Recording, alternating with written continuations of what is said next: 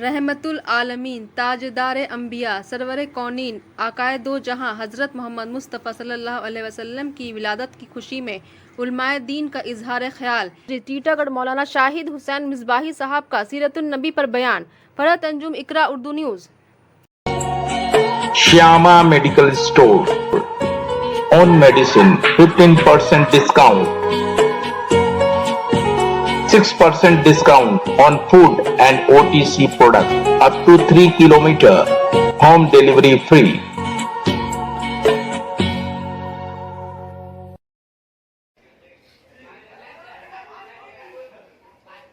السلام علیکم ورحمۃ اللہ تعالیٰ وبرکاتہ۔ الحمدللہ رب العالمین والصلاة والسلام علی سید المرسلین صلی اللہ تعالیٰ علیہ وسلم۔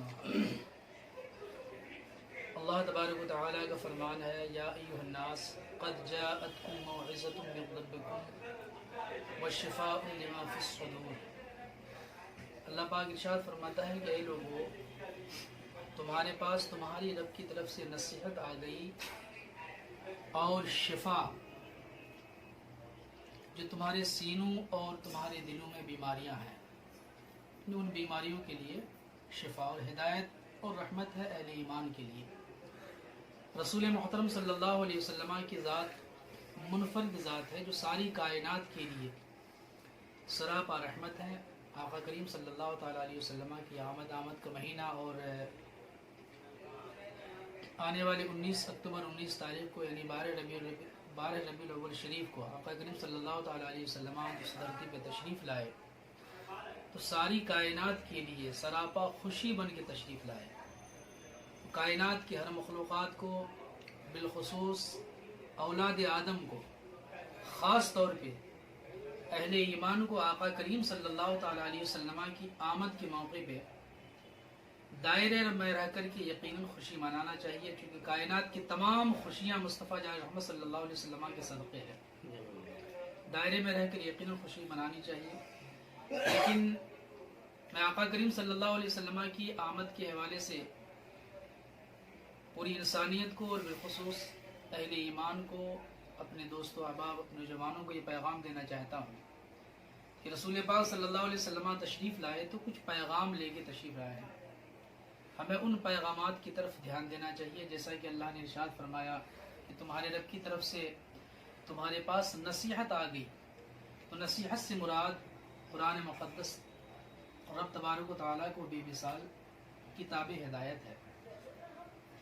میں آقا کریم صلی اللہ علیہ وسلم کی آمد کے حوالے سے قوم کے تمام افراد، چھوٹے بڑے، مرد عورت، سب کو یہ پیغام دینا چاہتا ہوں کہ ہمارے لوگ جو قرآن سے دور ہیں، اللہ کے واسطے آمد مصطفیٰ کے صدقے قرآن سے قریب ہو جائیں۔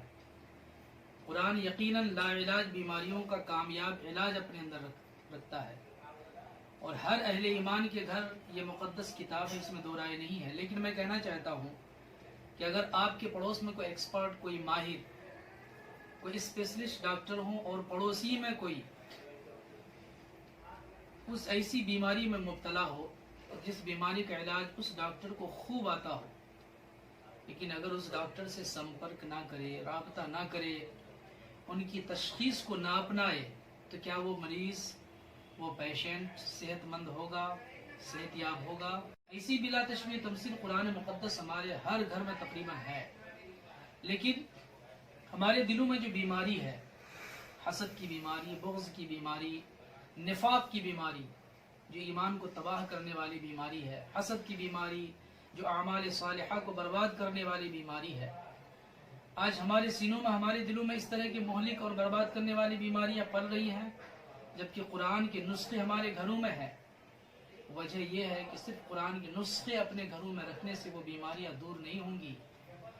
لا علاج بیماریوں کا کامیاب علاج تبھی ملے گا ہمیں جب ہم قرآن پڑھیں گے، قرآن سمجھنے کی کوشش کریں گے، اور قرآن مقدس میں اللہ کریم نے اپنے محبوب رحیم کے صدقے جو خوبصورت ہدایات عطا فرمائے ہیں اس پر ہم عمل کریں گے تو انشاءاللہ العزیز ہمارے دلوں میں، قوم کے دلوں میں، چھوٹے بڑوں کی دلوں میں جو لا علاج بیماریاں چیمبر بنا کر بیٹھی ہوئی ہیں، اپنا گھر بنا کر رکھی ہیں، الحمدللہ قرآن کی برکتوں سے اور آمد مصطفیٰ صلی اللہ علیہ وسلم کی برکتوں سے وہ ساری بیماریاں دور ہو جائیں گی. تو ضرورت ہے کہ قرآن پڑھیں, قرآن سمجھیں اور قرآن سے دل کی گہرائیوں کے ساتھ قریب ہو جائے انشاءاللہ العزیز.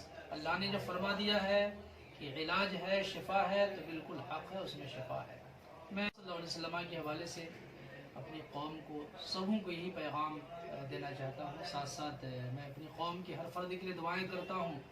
تو سبوں سے میں گزارش کرتا ہوں کہ آپ میرے لیے بھی دعا کریں کہ میں بھی قرآن پڑھوں اور قرآن سمجھ کر بیماریوں کو دور کرنے کے لیے کوشش کروں. السلام علیکم. Sana Medical Hall.